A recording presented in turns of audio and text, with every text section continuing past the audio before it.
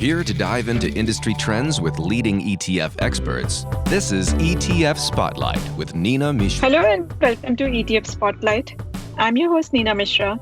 My guest today is Frank Holmes, CEO of US Global Investors. We are talking about the outlook for airlines and the US Global Jets ETF, ticker symbol JETS, which has seen enormous investor interest in the past few weeks. Frank, welcome. Great to have you on the program. It's lovely to be with you. So let's start with air travel. And we know that travel has rebounded slightly in the past few weeks since the economy started reopening. But most people are still terrified of flying. I mean, how can you maintain 6 feet of distance? And many places still have shelter in place. International travel has come to a standstill. And I know that airlines have taken a number of steps. They require travelers to wear masks now. They have stopped serving food and beverages. Planes are being cleaned and disinfected frequently. And some airlines have even blocked middle seats. But when do you think people will be comfortable flying again? I think the big thing will come with a vaccine. That will be psychologically the inflection point in that end of it. So I think that's what's the point. And what really amazes me in this whole cycle is some really truly contrarian things have popped up in our world.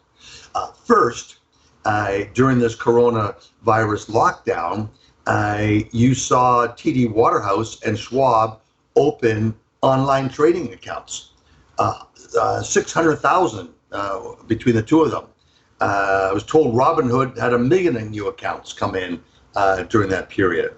So that's been very important, I think, for the overall liquidity and trading and capital markets. And you can see the speculation coming back into the capital markets because millennials couldn't spend their money at holidays or travel. They were spending it now trading stocks. So they weren't flying jets, they're trading jets. Very interesting. So I read an article in the New York Times that airlines are currently burning about $10 billion a month because planes are flying nearly empty. And we know that all airlines reported losses for the first quarter. And in fact, many planes have been flying mainly due to terms imposed by the CARES Act, which gave $50 billion to airlines in the form of grants and loans. So what happens next? Because these CARES rules are set to expire on the 1st of October, and then airlines will be basically free to decide the routes they want. So will we see fewer flights or more expensive tickets in the shorter term? Because airlines, they would want to make a profit. What is your short-term outlook for the airline industry? I think what's really important to see how each time we have these crises that there's a learning curve. And I think what's very different is that after 9/11, and the regulatory body learned that they had to make lots of changes because they hurt trade, they hurt people flying. The psychology, the planes were all shut down for almost 10 days, a lot of the paths. And so we come along, we fast forward, and in Asia, they had SARS a couple years later. And then we had 2008-9.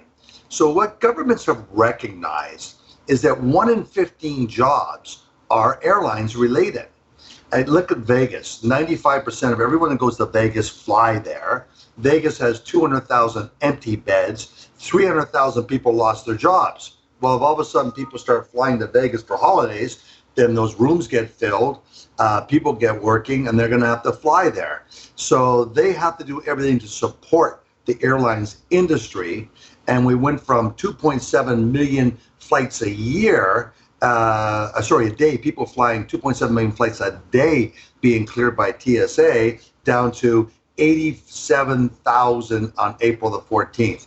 Now that's about 300,000 people flying a day that they're clearing. So I think your flights, your cost of your tickets are not going to rise quickly.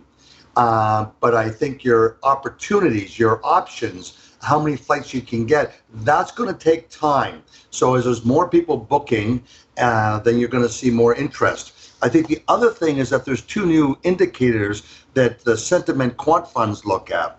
And one is what started in March by the TSA. They print every day how many people they cleared flying. And so that's why you can create a moving average, and you can see if the economy is booming by following how many business people are traveling basically a day. The other one is looking at Google, people booking, looking at flights to go on and hotels and holidays. It's usually a precursor to greater economic activity. So they look at last week versus this week, and they saw this take place in China. Research is coming out of Raymond James that they're using this as one of those indicators of the health. And so we've seen that it has improved a lot in Asia. We've got further to go.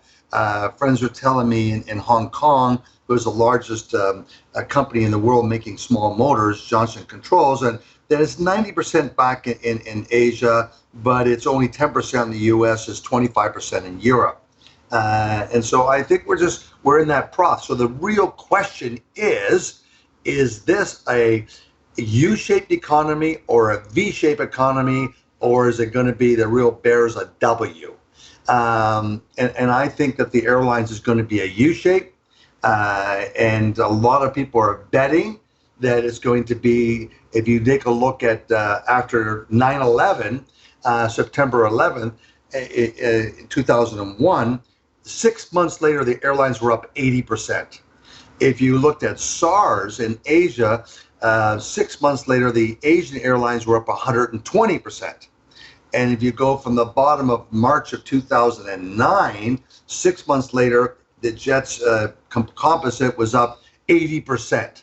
So a lot of millennials came in through Robinhood, and Robinhood went from having a couple hundred accounts when it was $50 million in assets to over 24,000. And as we and I talk today, it's 29,000 accounts at Robinhood own Jets.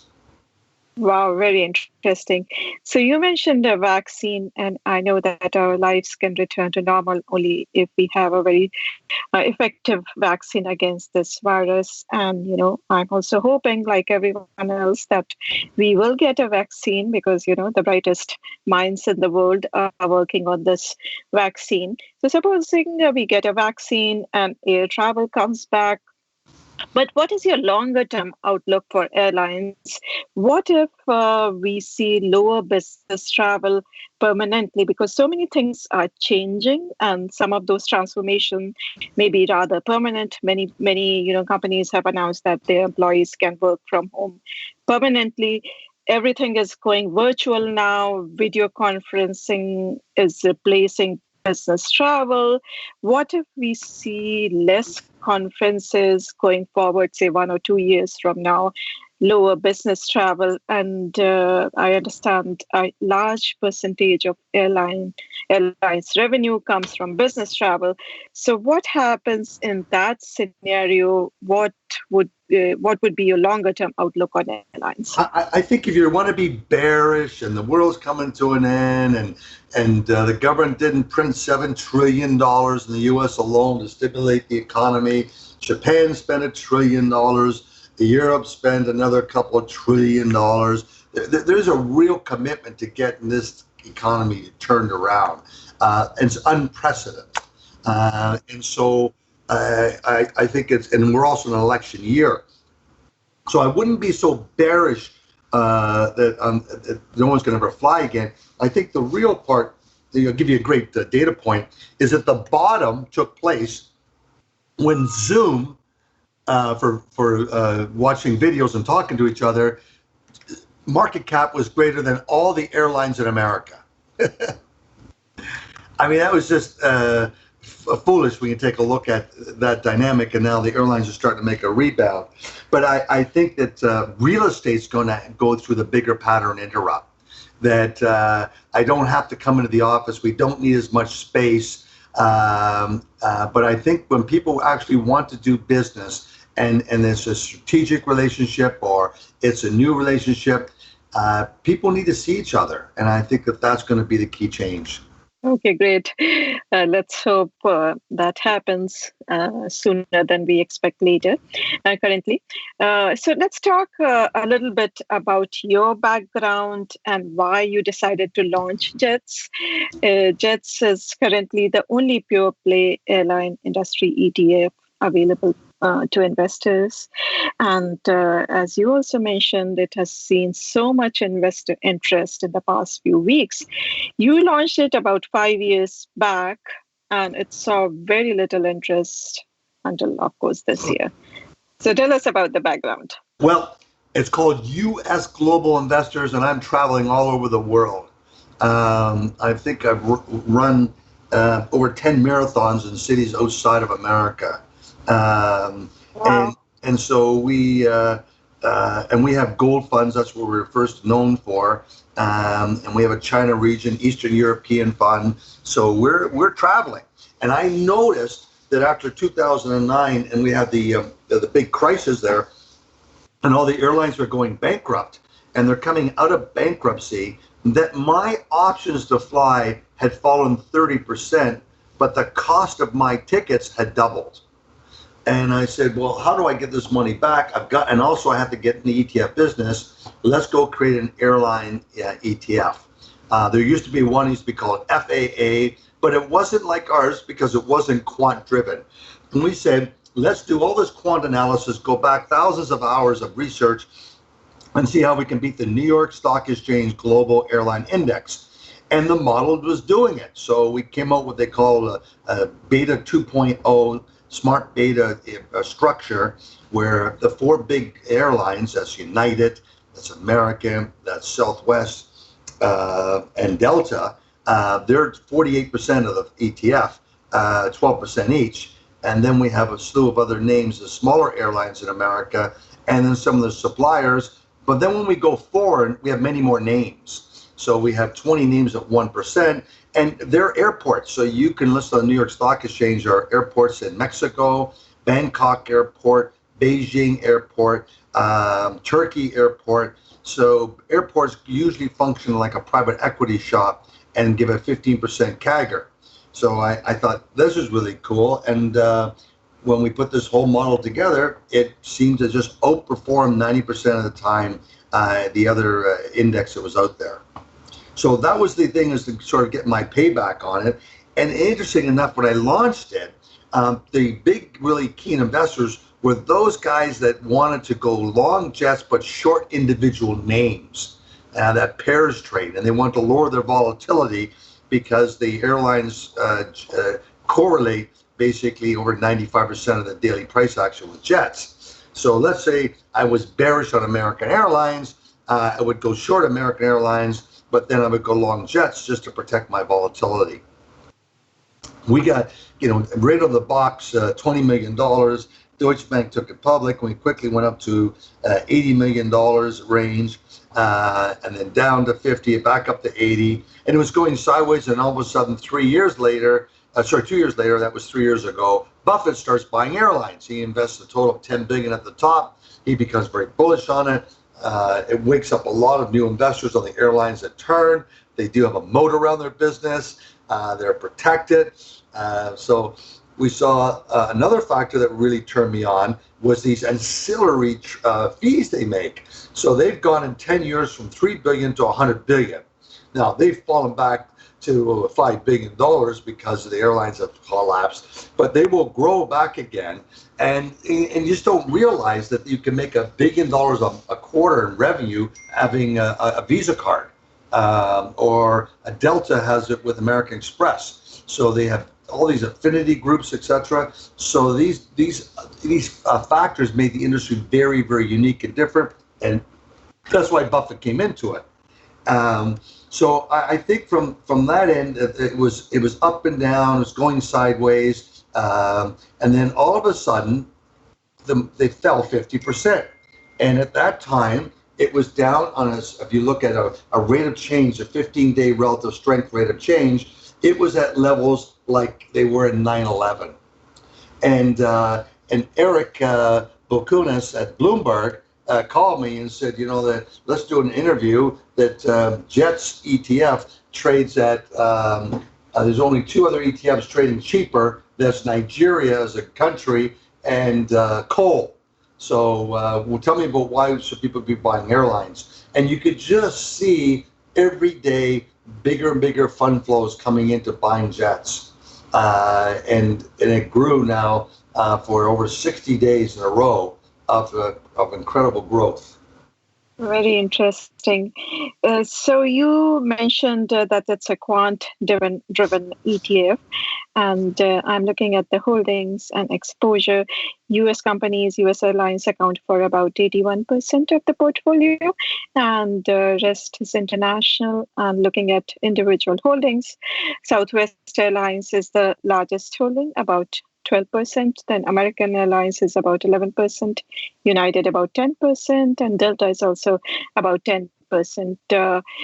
So could you tell us a little bit more about how these holdings are selected and weighted?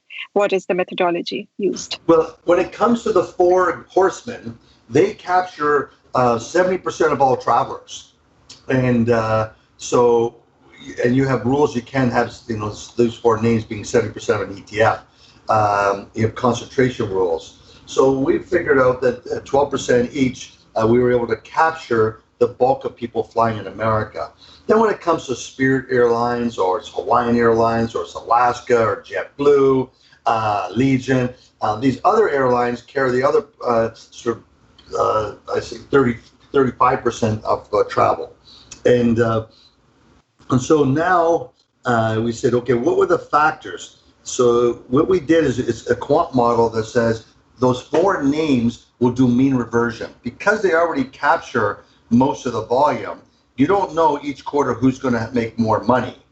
And so it's better to always maintain the rebalance that they're equally weighted and start the next quarter. And then after we took the remaining 52% of the fund, we started doing quant models, like looking for revenue last quarter above the average for 4 quarters, cash flow last quarter above the average for 4 quarters, who has the highest cash flow returns on invested capital. All these factors, the 5, really helped us separate, and when our back testing, there's a better way to buy these stocks, and that's what we did. Excellent. So let's talk little bit more about the interest in this ETF. And I noticed that since beginning of March, it has gathered over 800 million in inflows. And you mentioned that a large number of Robinhood investors hold JETS in their account. So tell us why JETS has seen such investor interest lately. I saw that it has rebounded about 30% in the past 2 weeks, which is very impressive, but it is still down 50% this year. And what type of investors are mainly buying this ETF? Is it mainly millennial investors in their Robinhood accounts, or you see more retail investors or some institutional investors as well? When it comes to Robinhood, they have a much average count of much smaller than when you look at Schwab or TD Waterhouse. But they're very young and they're very active. So it is between $24 million, if it was $1,000 each, or $240 million if it's $10,000 an average. Somewhere in there is how much money came into it. And what's really important what JETS has, it has a very robust ecosystem. So we have hedge funds we have value investors using it, we have traders, we have all these young kids that come playing the macro story, that is, the economy turns, other 3 times it jumped 80% on average over 6 months. They're speculating that we're going to get that bounce. And so that, to me, is what allows it to grow. And then we have the media comes out and is very bearish. It continues to be, and then Buffett comes around. Remember, at the beginning of March, Buffett had made a press release that, in fact, he'd increased his exposure in Delta. And then by the end of March, after his annual meeting, in the filings was that he reversed and went 100% out. And thought they're going to need, like you said, $10 billion a month. They're bleeding, and they're going to need investments. They're going to need help. And so I think that for investors, it didn't stop them. And if you look at the average retail buyer, they came at the bottom. They accumulated as Jets was going sideways at the bottom.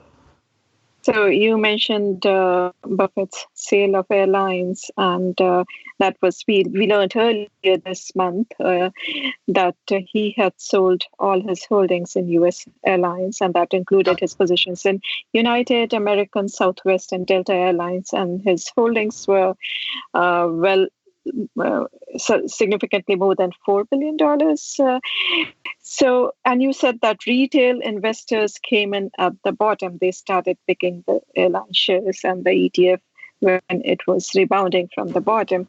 So do you think Buffett made a mistake in selling his airline stocks? And we know that Warren Buffett is one of the greatest investors of our times, if not the greatest. So everyone, listens to whatever he says. We look at his holdings, what he's buying, what he's selling, but his airlines sale doesn't look so good now. I think that Buffett you got to remember, he's 90 years old this year. The median age of people dying from coronavirus are 82. And so he has a much greater degree of risk than you or I.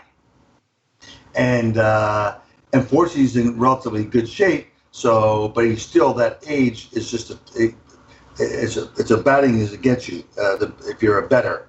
So you have to put that in the context, because he didn't buy a lot of times. When we look at 2008-9, he bought a lot of stocks. He didn't buy much here. He raised his cash level. And I think, in talking to analysts, etc., that when the industry turns around, he'll probably use his cash to buy 100% of Southwest Airlines, privatize it. That's sort of the thought process. And Bill Miller, the famous value investor, is the only guy to beat the S&P for almost 20 years in a row. He basically went on television when Buffett was being negative, and he was saying, look, if you don't believe in a vaccine's going to be in 6 months, then you bet against it. But if you believe a vaccine's coming, you got to be long airlines. There's just so leveraged to growth in the economy turning. And so there's many people like Kim that think we can get between 80 and 120% move. Last thing about Buffett I want to share with you is that Sure. Buffett did say, he doesn't like gold, and gold's a waste. Yeah, but for the past 20 years, gold has outperformed the S&P 500 2-1. And my favorite gold royalty company that's in my Go AU gold, which is also a quant-based ETF for gold stocks, Franco-Nevada, it's more than doubled how Berkshire Hathaway's done for the past 10 years since it went public. So he said he missed Google, he missed Amazon, so he's entitled to that. He's the greatest investor, but they have different needs at their age of 90, different risk levels. So I can't be negative on him for missing it, but I'm going to bet that the airlines trade higher in 6 months from now. Let's switch gears a little bit and talk about thematic investing in general. And as you mentioned, you have another ETF on gold miners. It's called the U.S. Global Go Gold and Precious Metals Miners ETF, ticker symbol GOAU. So tell us what investors need to know about investing in thematic ETFs like JETS and GOAU, because these have a lot of growth potential, but these are much more volatile than plain vanilla broad market ETFs. Tell us about thematic investing. Yeah. There's two drivers for gold. There's love, which is so important. 60% of all gold demand is for love. And it so well from India, China, Southeast Asia, Middle East. Gold is bought for love, given for love, to protect the family. And the 40% is fear. And with this unprecedented printing of money, gold has just become much more important asset class. And gold historically starts to rally and has these incredible runs when you have these negative rates all over the world. So we're in a bull cycle for gold. The gold stocks have had a rough time, except for the past 3 years. They've been improving their income and balance sheet. And what happened this past quarter is that the free cash flow yields for the S&P 500 went negative, but gold stocks went positive. So gold stocks are much more attractive. In GoAU, there's 3 royalty companies which are 30% of the portfolio. There's a superior business model, has a moat around it, very stable revenue and cash flow, 80% gross margins, high dividend growth. So they're the beast of that. And the rest are quant stock picking. And it's a very tight portfolio of 28 names. And what's interesting is in all the back testing we did going back over a decade, it outperformed the GDXJ 92% of the time in rolling 12-month periods. So we know that a lot of the constituents are just based on market cap in the GDXJ. This is high grades, high quality gold stocks. And now's the time to be long because we're going to have high free cash flow, and the generalists, not the gold investor, but the generalists will buy gold stocks because they have high free cash flow. Great points and very impressive performance by GoAU. That's all we have time for today. Frank, thanks again for joining us. Thank you so much. Thanks for listening. If you want to learn more about JETS and GoAU, please visit usglobaletfs.com. Make sure to be on the lookout for the next edition of ETF Spotlight, and also make sure to subscribe. If you have any comments or questions, please email podcast@sachs.com. This material is being provided for informational purposes only, and nothing herein constitutes investment, legal, accounting, or tax advice, or a recommendation to buy, sell, or hold a security. Do not act or rely upon the information and advice given in this podcast without seeking the services of competent and professional legal, tax, or accounting counsel. Publication and distribution of this podcast is not intended to create, and the information contained herein does not constitute an attorney-client relationship. No recommendation or advice is being given as to whether any investment or strategy is suitable for a particular investor. It should not be assumed that any investments in securities, companies, sectors, or markets identified and described were or will be profitable. All information is current as of the date herein and is subject to change without notice. Any views or opinions expressed may not reflect those of Zacks Investment Research as a whole.